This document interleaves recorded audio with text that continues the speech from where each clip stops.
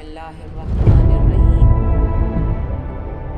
اللهم كل وليك الحجة بن الحسن صلواتك عليه وعلى آبائه في هذه الساعة وفي كل ساعة وليا وحافظا وقائدا وناصرا ودليلا وعينا حتى تسكنه أرضك دوما وتمتعه فيها قليلا.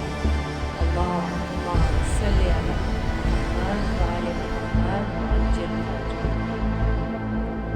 أعوذ بالله من الشيطان الرجيم. بسم الله الرحمن الرحيم.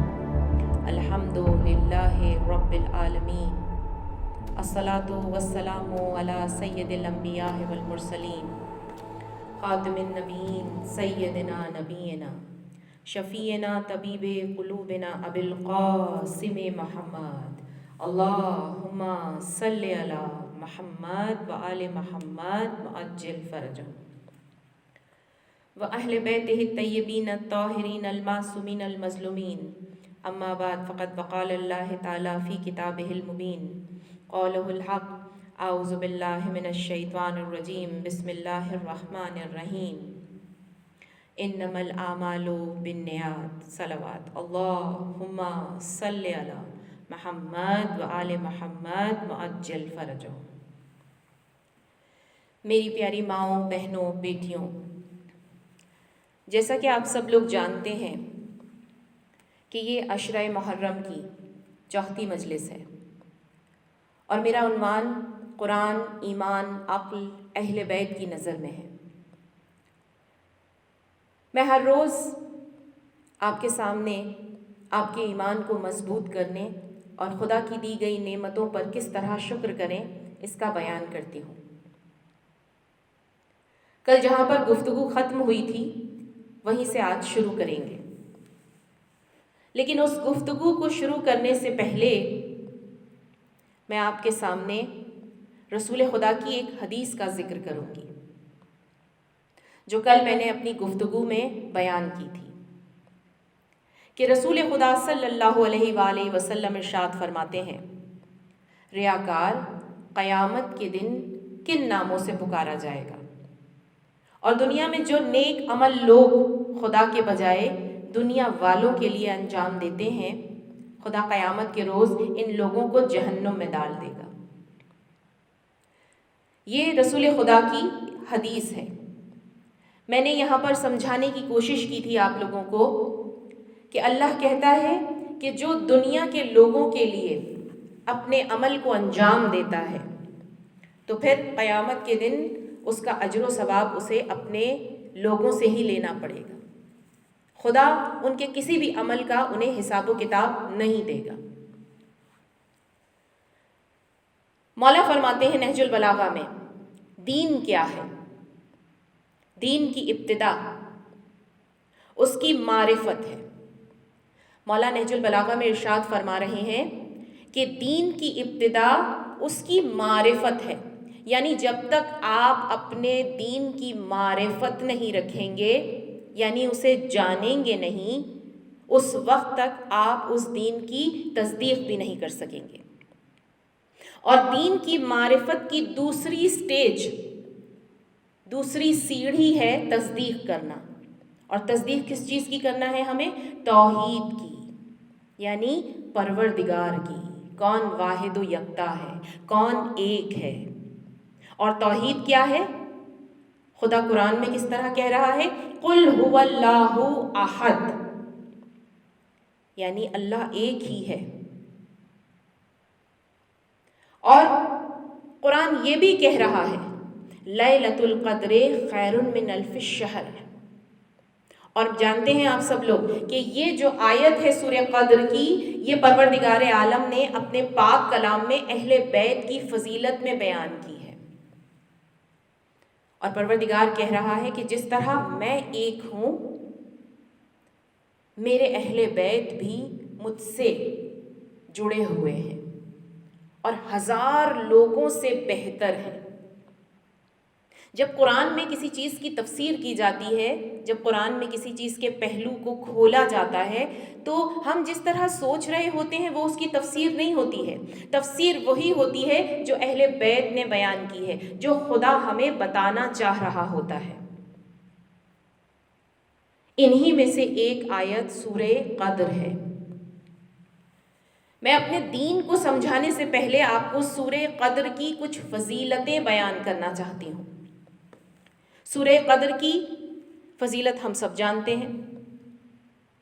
اب سورہ قدر اور اہل بیت کس طرح ایک دوسرے کے ساتھ جڑے ہوئے ہیں، اس کے لیے ہمارے رسالت مآب صلی اللہ علیہ محمد نے ارشاد فرمایا کہ جو شخص سورہ قدر کی تلاوت کرے گا، یہ سورہ قدر کی فضیلت بیان ہو رہی ہے، ہمارے رسول خدا فرما رہے ہیں، ہمارے آخری نبی فرما رہے ہیں کہ جو شخص بھی سورہ قدر کی تلاوت کرے گا اس کا ثواب ایسا ہے جیسے اس سورے کو پڑھنے والے نے ماہ رمضان کے تمام روزے رکھے اور شب بیداری کی۔ کتنی بڑی فضیلت ہے!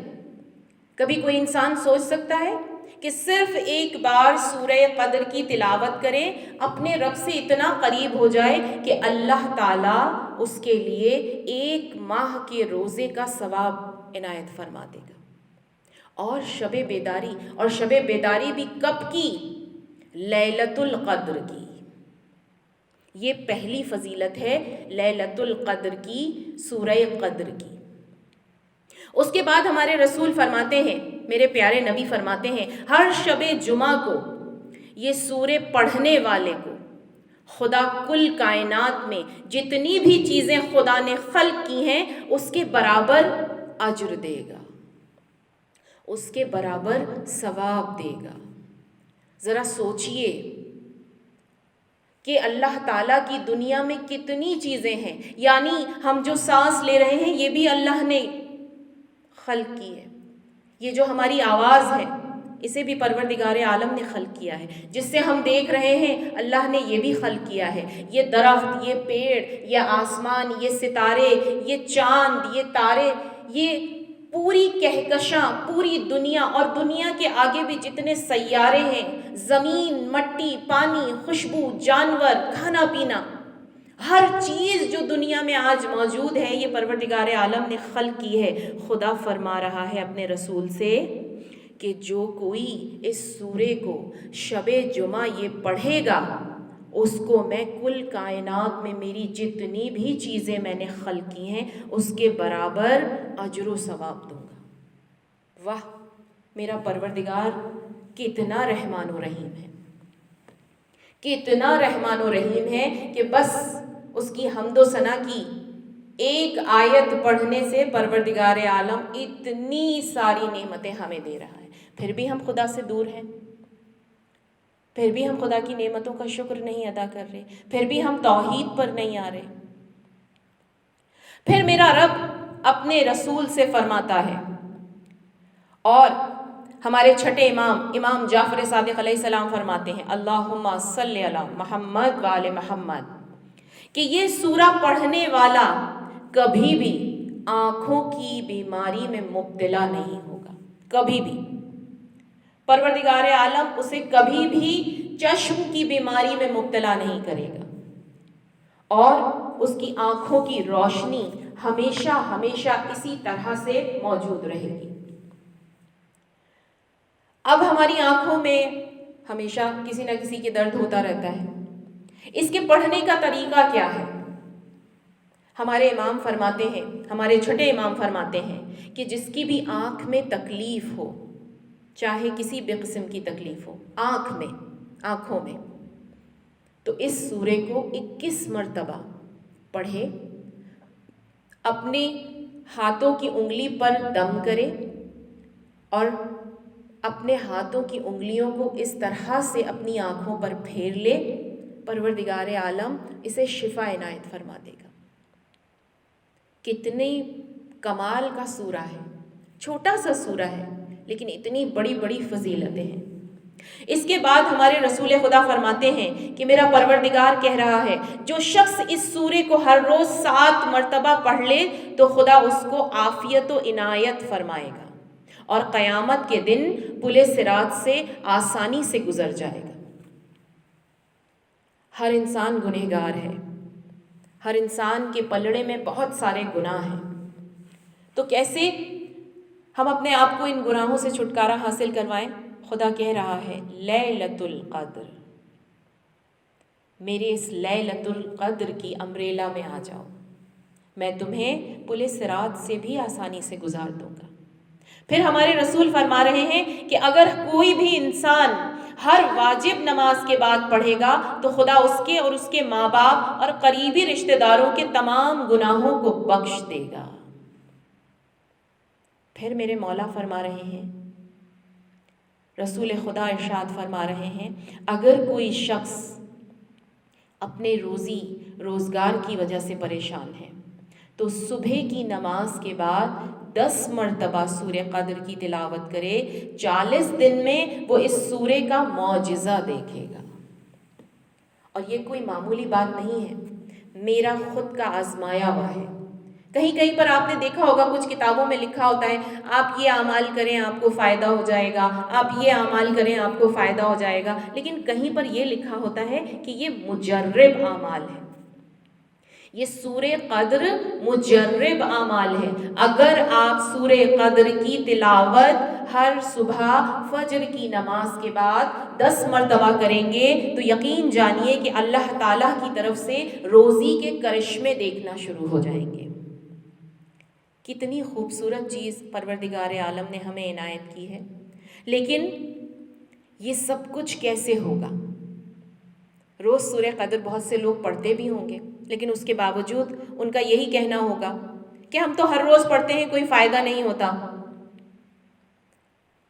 اس کے لیے ہم سب کو پہلے اپنے رب کو پہچاننا ہوگا، اپنے دین کو معرفت کے ساتھ اپنے دل میں اتارنا ہوگا، اور یہی نہیں اس کے ساتھ ساتھ اپنے رب کو جاننا پہچاننا، اور پھر اس کا جو یہ دین ہے اس کی تصدیق کرنی ہوگی، اور تصدیق کرنے کے لیے ہمیں اپنے اہل بیت سے محبت و مودت کرنی پڑے گی۔ مولا نہج البلاغہ میں کیا فرما رہے ہیں کہ پہلے اپنے دین کی معرفت کرو، پھر اس کی تصدیق کرو، اور پھر توحید کا اقرار کرو تاکہ تم اپنے رب کے قریب ہو جاؤ۔ اور جب ہم یہ کہہ دیں گے نا کہ خدا ایک ہے، توحید خدا کے حکم کو ہم مانتے ہیں، خدا کے بتائے ہوئے راستے پر چلتے ہیں، اپنے رب کے سامنے عیاری کی عبادت نہیں کرتے ہیں، ریاکاری کی عبادت نہیں کرتے ہیں، اور پروردگار ہمارے دل کو دیکھ لے گا تو پروردگار عالم ہمارے دلوں میں، ہمارے قلب میں، ہماری روح میں اپنی نور کو ڈال دے گا۔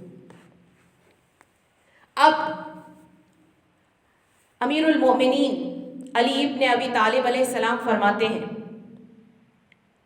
ایک واقعہ نقل ہوا ہے، اور وہ کہتے ہیں کہ جو بھی مومن اپنی زندگی میں کسی کو ریاکار ہے وہ جاننا چاہتا ہے کہ یہ مومن جو ہے یہ ریاکار ہے، اس کی کیا علامات ہیں، یعنی آپ کو پہچان کرنی ہو کہ ریاکار کیسا ہوتا ہے، تو یہ 3 چیزیں ہیں جو ریاکار کرتا ہے۔ پہلی چیز جو مولا نے فرمائی ہے، مولا کہتے ہیں جب تنہا ہوتا ہے تو عبادت میں سستی کرتا ہے، عبادت میں سستی کرتا ہے، یعنی جب تنہا ہوگا تو ابھی نماز پڑھ لیتے ہیں، ابھی اٹھتے ہیں، ابھی تسبیح نکال لیتے ہیں، لیکن جب مجلس میں ہوتا ہے تو سب سے زیادہ عبادت کا شوقین نظر آتا ہے۔ یہ ریاکار کی پہچان ہے۔ اور تیسری چیز مولا کیا فرما رہے ہیں، ہر کام کرنے کے بعد یہ چاہتا ہے کہ لوگ اس کی زیادہ سے زیادہ تعریف کریں۔ ہمارے درمیان جتنے بھی لوگ موجود ہوتے ہیں وہ یہی چاہتے ہیں کہ جب وہ کوئی کام کرے تو لوگوں کے پاس سے ان کے پاس میسیجز آنا شروع ہو جائیں کہ واہ واہ واہ، آپ نے کیا بڑا نیکی کا کام کیا، آج کا پروگرام کتنا فیمس ہو گیا، آج آپ نے اس طرح سے کیا، اور وہ خوش ہوتا رہتا ہے۔ تو جو لوگوں کی تعریف پر خوش ہو جائے، جو لوگوں کو اپنے نیکی کے کام پر زیادہ بڑا بنائے اور ان سے امید رکھے، تو پروردگار عالم کہتے ہیں کہ یہ ریاکار ہونے کی پہچان ہے، یہ شخص ریاکار ہے، کیونکہ اسے امید دنیا سے ہے۔ اور مومن کون ہے؟ جسے امید صرف اپنے رب سے ہوتی ہے۔ کبھی کبھی میرے پاس بھی لوگ آ جاتے ہیں اور آنے کے بعد کہتے ہیں کہ آپ اس حساب سے کام کیجئے۔ اب فیصلہ مجھے یہ کرنا ہے کہ میں انہیں خوش کروں یا اپنے رب کو خوش کروں، میں اپنے رب کے سامنے ریاکاری کروں یا اپنے رب کے سامنے وفادار ہو جاؤں، معرفت ایمان سے وفادار ہو جاؤں۔ حضرت امام محمد باقر علیہ السلام نے فرمایا کہ رسول خدا کی روایت ہے کہ جو شخص بھی اپنے اعمال کو لوگوں کو دکھانے کے لیے ادا کرتے ہیں وہ مشرک ہیں، اور خدا مشرک کے کسی بھی عمل کو قبول نہیں کرتا۔ اب یہ میں نے اور آپ نے فیصلہ کرنا ہے کہ ہمیں مشرکوں کی فہرست میں آنا ہے یا اللہ کے محبوب بندوں کی فہرست میں آنا ہے۔ قرآن ہمیں کیا سکھا رہا ہے کہ رب ایک ہے۔ اہل بیت کیا پیغام دے رہے ہیں کہ رب ایک ہے، اور رب اہل بیت کو چاہنے پر اجر و ثواب عنایت فرمائیں گے۔ اب ہم نے یہ فیصلہ کرنا ہے کہ رب کو ماننا ہے، اہل بیت کو ماننا ہے، یا دنیا میں لوگوں کے آگے سر جھکانا ہے، کہ ہم مشرک بنے یا اللہ کے نیک بندے بنے۔ پھر میرے چھٹے امام فرماتے ہیں کہ جو بندہ مومن نیک کام کرے گا، اگر کہ وہ نیک کام چھوٹا ہی کیوں نہ ہو، مگر خدا کی خوشنودی کے لیے کرے گا، تو اللہ تعالیٰ اس کو کثیر کر کے لوگوں پر ظاہر کر دے گا۔ کبھی کبھی ہم کیا کرتے ہیں، ہم نے اپنی آنکھوں سے دیکھا ہوگا، آپ لوگوں کے بھی ایکسپیرینس میں ہوگا، آپ لوگ بھی جانتے ہوں گے، ہم سب جانتے ہیں کہ کبھی کبھی ہم بڑے لوگوں کو، پاورفل لوگوں کو، پیسے والے لوگوں کو، عہدے والے لوگوں کو آگے آگے کرتے ہیں، آپ کام کریں، ہمارا نیکی کا کام کریں، اور جو بیچارہ غریب ہوتا ہے وہ ڈر کے پیچھے کھڑا ہو جاتا ہے، لیکن وہ چھپ کر چھوٹے چھوٹے کام کرتا رہتا ہے۔ پروردگار کہتا ہے کہ وہ چھوٹے کام کرنے والا میرے نزدیک بہت بڑا ہے، اس کا مقام بہت زیادہ ہے۔ تو میرے چھٹے امام کہہ رہے ہیں کہ جو بندہ مومن نیک کام کرے، اگر کہ وہ نیک کام چھوٹا ہی کیوں نہ ہو، مگر خدا کی خوشنودی کے لیے کرے، تو اللہ تعالیٰ اس کو کثیر کر کے لوگوں پر ظاہر فرما دے گا۔ اور جو بدکار ہوگا وہ اپنی بدکاری کو کتنا ہی چھپانے کی کوشش کرے، ایک نہ ایک دن خدا اس کو ظاہر کر دے گا، یعنی اللہ تعالیٰ اسے بے آبرو کر دے گا، اللہ تعالیٰ اس کی اس بے ریاکاری کو لوگوں کے سامنے ظاہر کر دے گا۔ معصوم فرماتے ہیں کہ مکاری اور ریاکاری کا علاج یہ ہے کہ انسان اپنے دل سے فاسد ہوس دنیا اور عہدے کے خیال کو نکال دے، اور یہ سوچے کہ یہ سب چیز فانی اور بے حقیقت ہے، ایک روز ان میں سے کچھ بھی باقی نہیں رہے گا سوائے اس کے کہ اللہ کی ذات، پروردگار عالم کی ذات باقی رہ جائے گی، اور صرف اللہ کی قربت اور خوشنودی باقی رہ جائے گی۔ پروردگار کی قربت، خوشنودی کے حصول کے لیے، اس کو حاصل کرنے کے لیے ہمیں اس دنیا فانی میں سے سب کام انجام دینے چاہیے جس سے اللہ تعالیٰ ہم سے ناراض ہو جاتا ہے، یعنی ہمیں دنیا میں صرف وہ کام کرنے چاہیے جس سے اللہ تعالیٰ خوش ہوتا ہے، اور اپنی زندگی میں سے وہ تمام چیزیں نکال کر پھینک دینی چاہیے جس سے ہمارا پروردگار عالم ہم سے دور ہو جاتا ہے۔ اب امام فرماتے ہیں کہ خرافات جو ہوتی ہیں، خرافات یعنی فالتو چیزیں، کبھی کبھی ہماری زندگی میں بہت ساری فالتو چیزیں ہوتی ہیں، ہم ان کے لیے اپنے رب کو بھول جاتے ہیں۔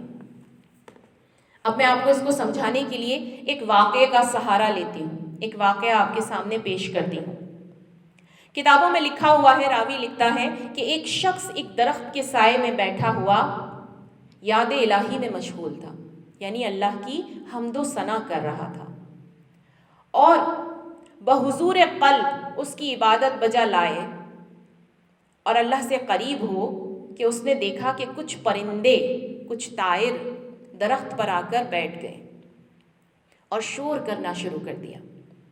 اس کی جو عبادت تھی اس میں خلل پڑ رہا تھا، عبادت میں حضور قلب نہیں آ رہا تھا۔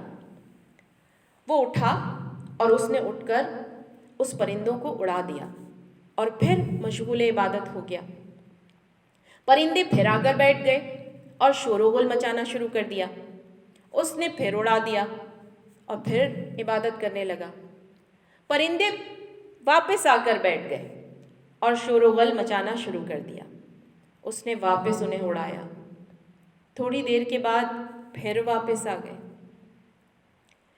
اب ایک شخص اس کو کافی دیر سے اس طرح کرتے ہوئے دیکھ رہا تھا، وہ وہاں سے گزر رہا تھا تو اس نے دیکھا کہ ایک شخص عبادت کر رہا ہے، بار بار پرندے آتے ہیں، وہ انہیں بھگاتا ہے، پھر واپس آ کے بیٹھ جاتے ہیں پرندے، پھر بھگاتا ہے، پھر آ کے واپس بیٹھ جاتے ہیں۔ اس نے یہ سب کچھ دیکھا اور کہا، اے میرے بھائی، اے میرے برادر، جب تک یہ درخت باقی ہے تمہیں سکون نصیب نہیں ہوگا اور تم سکون سے عبادت کا لطف نہیں اٹھا سکو گے۔ اس لیے اگر تم چاہتے ہو کہ تم سکون سے عبادت کرو تو اس درخت کو کاٹ دو۔ اس شخص نے دوسرے شخص کی طرف دیکھا اور کہا، واقعی؟ تو اس نے کہا، ہاں، تم یہ درخت کو کاٹ دو۔ جو عبادت کر رہا تھا شخص اور پرندوں سے پریشان تھا، اس نے اسی وقت کلہاڑا لیا اور درخت کو کاٹنا شروع کر دیا۔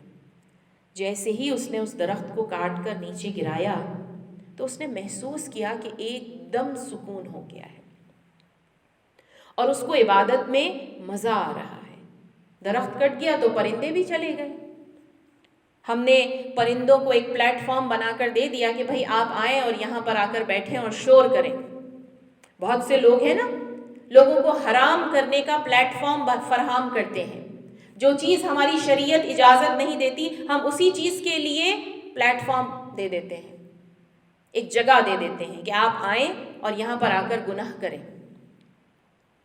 تو وہ جو آدمی تھا جو درخت کے نیچے بیٹھ کر عبادت کر رہا تھا، اس نے وہ چڑیوں کے بیٹھنے کا، پرندوں کے بیٹھنے کا پلیٹ فارم کاٹ کر پھینک دیا، اور اس کے بعد اس نے محسوس کیا کہ اس کو عبادت میں بہت مزہ آ رہی ہے، بہت لطف آ رہا ہے، حضور قلب سے وہ عبادت کر رہا ہے۔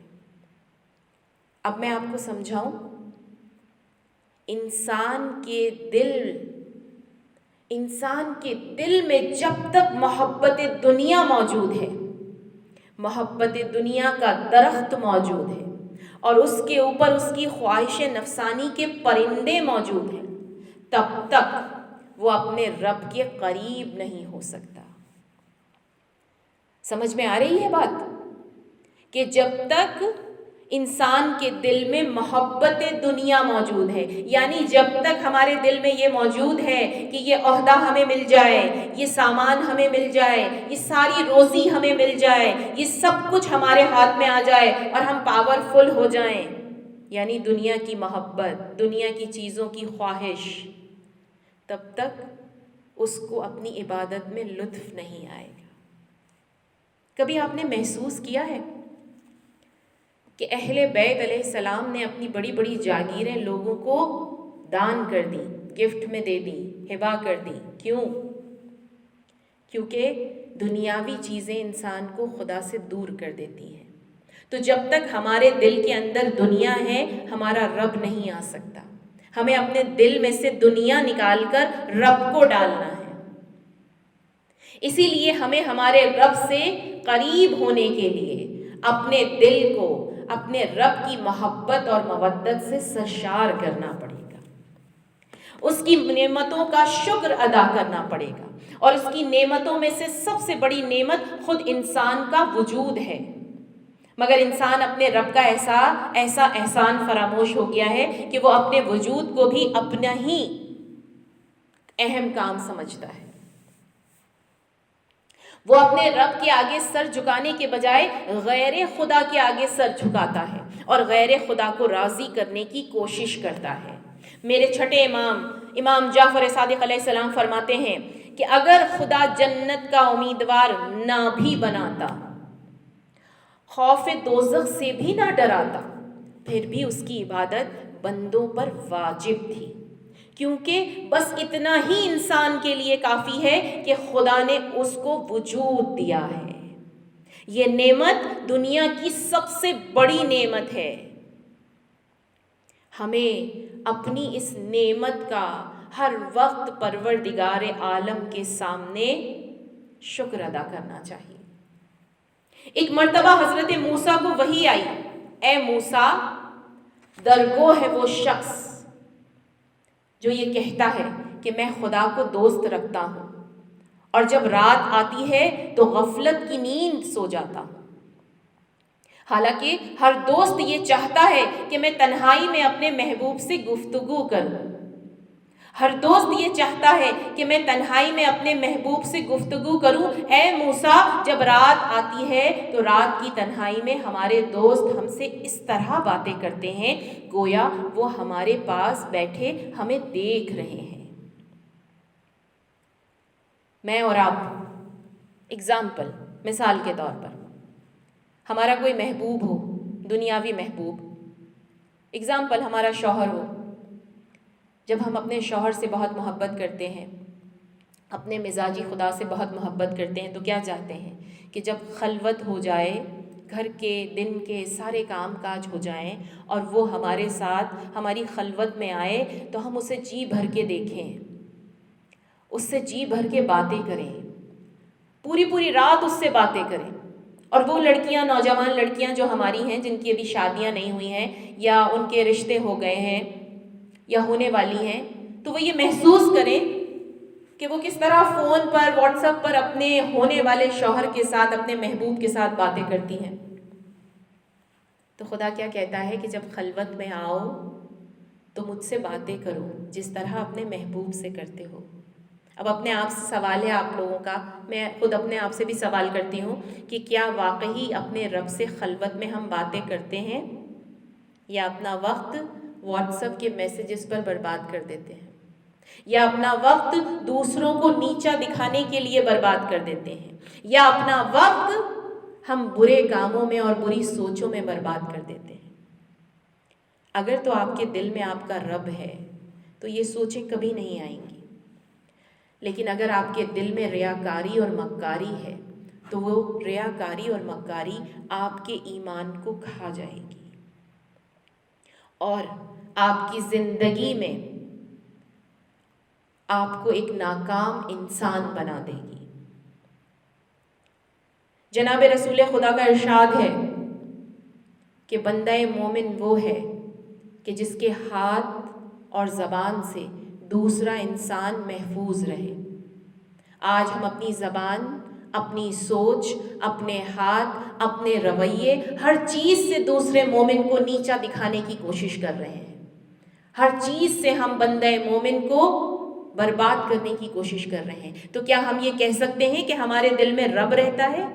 کیا رب ہمیں برائی پر اکساتا ہے؟ نہیں، یہ شیطان ہے جو آپ کے دل میں رہتا ہے، جو آپ کی عقل پر حاوی ہو گیا ہے۔ قرآن ہمیں رحمانیت سکھاتا ہے، شیطان ہمیں شیطانیت سکھاتا ہے۔ تو جو رحمان کا بندہ ہے وہ صرف نیکی کرے گا، جو شیطان کا بندہ ہے وہ ریاکاری، مکاری، عیاری اور شیطانیت کرے گا۔ فیصلہ ہمیں کرنا ہے کہ ہمیں کس کا بندہ بننا ہے۔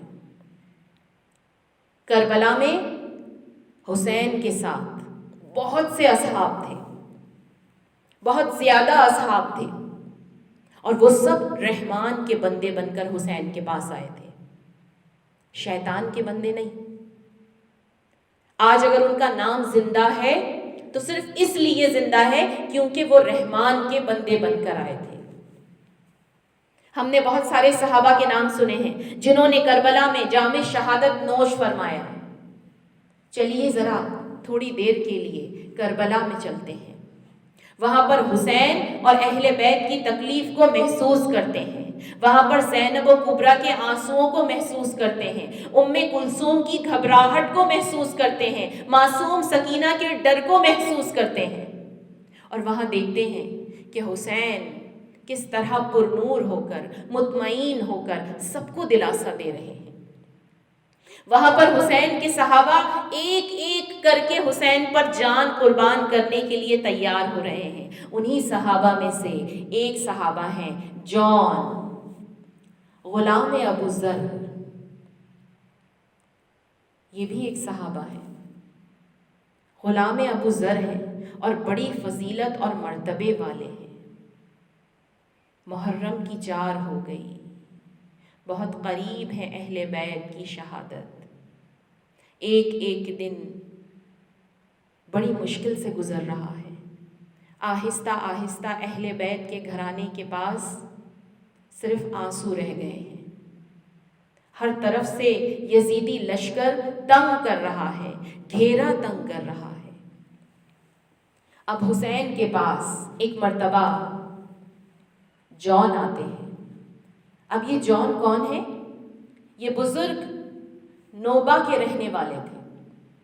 تھوڑا سا جون کے بارے میں ہمیں پتا ہو، کیونکہ لوگ حضرت جون کے بارے میں بہت کم مصائب پڑھتے ہیں۔ آج میں آپ کے سامنے ان کے تفصیلی مصائب بیان کروں گی تاکہ ہمیں پتا چلے کہ اللہ تعالیٰ نے کن کن لوگوں کو فضیلتیں دی ہیں۔ ابھی میں نے اپنی اس مجلس میں کہا، اپنی اس بات میں، اس جملے میں نے کہا تھا کہ اللہ چھوٹی سی نیکی کرنے والے کو بھی بڑا کر کے ظاہر کر دیتا ہے۔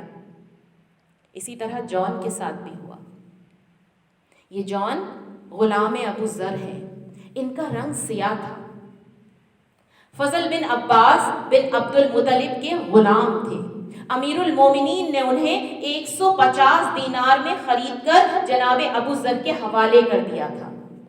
جب جناب ابو ذر کو مدینہ سے نکالا گیا تو جون ان کے ساتھ تھے اور انتقال تک ابو ذر کے ساتھ رہے، اور ان کے انتقال کے بعد مدینہ واپس آ کر امیر المومنین کے خادموں میں شامل ہو گئے، اور آپ کی شہادت کے بعد امام حسن اور امام حسن کی شہادت کے بعد امام حسین کے ساتھ رہے،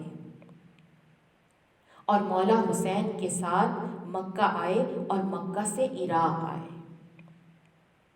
روایت میں بہت ملتا ہے کہ جون بہت عقل مند، بہادر اور اسلحہ سازی کے فن سے آگاہ تھے، اور اسی لیے اسلحوں کی شناخت بھی جانتے تھے۔ لیکن جب عاشورہ میں امام حسین اپنے اسلحوں کو، اپنے تیروں کو، تلواروں کو، نیزوں کو ٹھیک ٹھاک کر رہے تھے تو جون نے امام حسین کی بہت مدد کی۔ عاشورہ کے دن جون امام حسین کے پاس آئے، مصائب آ گئے، جون آ گئے، جون آئے، سلام کیا اور کہا مولا کچھ کہنا چاہتا ہوں۔ مولا نے کہا کہو جون۔ جون نے کہا اے فرزند رسول، مجھے بھی جنگ میں جانے کی اجازت دیں، مجھے بھی اجازت دیں کہ میں اپنی جان فاطمہ زہرا کے لال پر قربان کر دوں، مجھے بھی اجازت دیں کہ میں علی مرتضیٰ کے سامنے سرخرو ہو سکوں۔ سوچئے ایک غلام آ کر حسین کے سامنے بیٹھا ہے اور ہاتھ جوڑ کر حسین سے شہید ہونے کی اجازت مانگ رہا ہے۔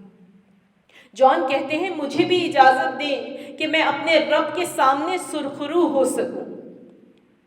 میرے مولا سید الشہداء نے جون کی باتوں کو سنا، اپنا چہرہ اٹھا کر جون کی طرف دیکھا اور کہا اے جون، میں نے اپنی بیعت تم سے اٹھا لی اور تمہیں خدا کی راہ میں آزاد کر دیا، جاؤ اپنی جان سلامت لے کر یہاں سے نکل جاؤ، تمہیں ہماری طرف سے اجازت ہے، خود کو ہمارے مصائب میں مت ڈالو۔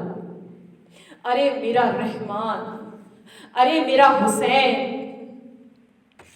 ایک مرتبہ جون نے امام کے چہرے کی طرف رخ کیا، ایک حسرت کے ساتھ حسین کے چہرے کو دیکھا اور ایک دم خود کو سید الشہداء کے قدموں میں گرا دیا اور کہا مولا سید الشہداء کے قدموں کا بوسہ لینے لگا اور زور زور سے گریا کرنے لگا. اس طرح سے خود کو حسین کے قدموں میں لپٹا دیا جس طرح معصوم بچے ماں باپ سے ضد کرتے وقت ان کے پیروں سے لپٹ جاتے ہیں. اجرکم اللہ، اجرکم اللہ. جان اسی طرح مولا کے پیروں میں لپٹے رہے، جانے کی اجازت مانگتے رہے. ایک مرتبہ مولا نے جان کو کھڑے ہونے کا حکم دیا. ایک مرتبہ جان کھڑا ہو گیا اور ہاتھوں کو جوڑ کر کہا، میرے مولا، میرے آقا، میں آپ کو چھوڑ کر نہیں جا سکتا. میں اچھے دنوں میں آپ کے ساتھ رہا ہوں، آپ کی خدمت کرتا رہا ہوں. اب یہ کیسے ممکن ہے کہ اس آفت و مصیبت میں آپ کو اکیلا چھوڑ دوں، آپ کو تنہا چھوڑ دوں؟ ارے میں کہوں گی جان، عصر عاشور کے بعد حسین تنہا رہ گئے تھے، کوئی نہیں تھا جو حسین کی مدد کو آئے. اجرکم اللہ، اجرکم اللہ. خدا کی قسم یہ ہرگز نہیں ہوگا. مولا، میں ہرگز آپ کو چھوڑ کر نہیں جاؤں گا. مولا نے کہا، جا، میں نے تجھے آزاد کیا. تب جان نے مایوس ہو کر ایک جملہ کہا. ارے ایمان والوں، اس جملے کو سنو، آنکھوں میں آنسو لے آؤ حسین کے لیے. کہا، مولا میں جانتا ہوں. مولا نے کہا، کیا جانتا ہے؟ کہا، مولا آپ مجھے اس لیے اجازت نہیں دے رہے ہیں کیونکہ میں ایک حبشی غلام ہوں، میرے جسم سے بدبو آتی ہے، میرا رنگ کالا ہے، میں آپ کے پاک اور نورانی خون میں اپنے خون کو شامل شہادت نہیں کر سکتا. اور زور زور سے گریا کرنے لگا. ارے میرا امام تو بہت رحم دل تھا، میرا امام تو بہت رحمان تھا. جان کے اس گریے سے امام کے دل میں کچھ ہونے لگا. امام کے پیروں میں گرے ہوئے اس جان کو امام نے اپنے ہاتھوں سے اٹھایا اور کہا، جا، میں نے تجھے اجازت دی. اجازت ملنی تھی کہ جان کے چہرے پر ایک خوشی کی لہر دوڑ گئی. اب جان میدان کربلا میں آئے، بہت بہادری سے لڑے اور ساتھ ساتھ ایک جملہ دہراتے جاتے تھے. میں کہوں گی مومنوں، اس جملے کو ضرور سنیں کہ میں نسل محمد کے بہترین لوگوں کی حمایت کر رہا ہوں، اور یہ حمایت زبان اور ہاتھ دونوں سے ہیں. اس کے ذریعے روز قیامت مجھے نجات ملے گی، فاطمہ زہرا مجھ سے راضی ہو جائیں گی، علی مرتضیٰ مجھ سے راضی ہو جائیں گے. جان نے اس کے بعد لشکر یزید پر شدید حملہ کیا، 25 افراد کو قتل کیا، زخموں سے چور چور. جان گھوڑے سے زمین پر آ گرے. ایک مرتبہ میرا مولا جان کے زخموں سے چور چور جسم کے پاس آئے. میرے مولا نے جان کا سر اپنے زانوں پہ رکھا تو جان نے اپنا سر نیچے اتار دیا. پھر میرے مولا نے واپس سر کو زانوں پر رکھا، جان نے پھر اتار دیا. میرے مولا نے کہا، جان میں تیرا سر گود میں رکھتا ہوں، تو واپس اسے زمین پر کیوں رکھتا ہے؟ کہا، مولا یہ فاطمہ کے بیٹے کی گود ہے، میں تو ایک حبشی غلام ہوں. ایک مرتبہ حسین نے جان کے سر کو واپس گود میں رکھا اور پھر حسین جھکے اور جھکے. حسین نے اپنا رخسار جان کے رخسار پر رکھا اور پھر دعا کی، اے میرے پروردگار، جان کے چہرے کو نورانی بنا دے، اس کی بدبو کو خوشبو میں تبدیل کر دے اور اسے محمد و آل محمد کے دوستوں میں قرار دے. ارے میں کہتی ہوں کہ جان تو غلام تھا مگر تیرا رتبہ کتنا بلند ہو گیا. اے میری ماؤں، اے میری بہنوں، حسین کے عشق میں گرفتار ہو جاؤ کہ جس سے ہماری بھی شفاعت ہو جائے گی. ارے کتنا نصیب والا ہے یہ جان کہ حسین سید الشہداء نے اپنا رخسار اس کے رخسار پر رکھ دیا. ایک مرتبہ جان نے حسین کی گود میں دم توڑ دیا. انا للہ و انا الیہ راجعون. روایت کے الفاظ ہیں کہ جس طرح حسین کا لاشا دھوپ میں پڑا تھا، 10 دن تک ایسے ہی جان کا لاشا دھوپ میں پڑا رہا.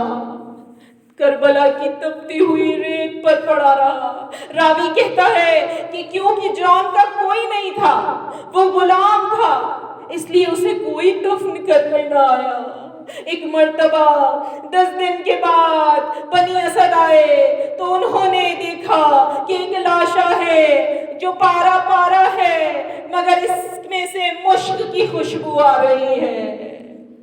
آئیے ذرا کربلا میں واپس چلیے۔ حسین کے سب صحابہ شہید ہو گئے ہیں۔ زہیر اپنے قین بھی ایک صحابی ہیں۔ زہیر کی زوجہ تھی کوفے میں۔ جب خبر ملی نا کہ حسین شہید ہو گئے ہیں تو زوجہ نے غلام کو بلایا اور کہا کہ یہ کفن لے جا اور جا کر میرے شوہر کو یہ کفن دے دینا، میرے شوہر پہ یہ کفن ڈال دینا، میرے شوہر کو یہ کفن پہنا دینا۔ کہا حسین تو نواسہ رسول ہے، حسین تو کسی نہ کسی نے حسین کو کفن دے دیا ہوگا۔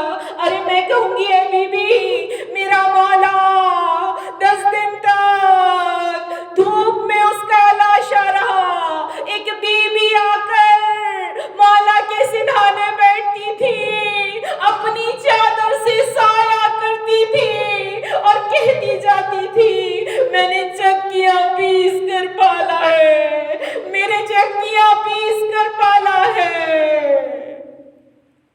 انا للہ و انا الیہ راجعون۔ الا لعنت اللہ علی قوم الظالمین۔ بار الہ امام زمانہ کی ظہور میں تعجیل فرما۔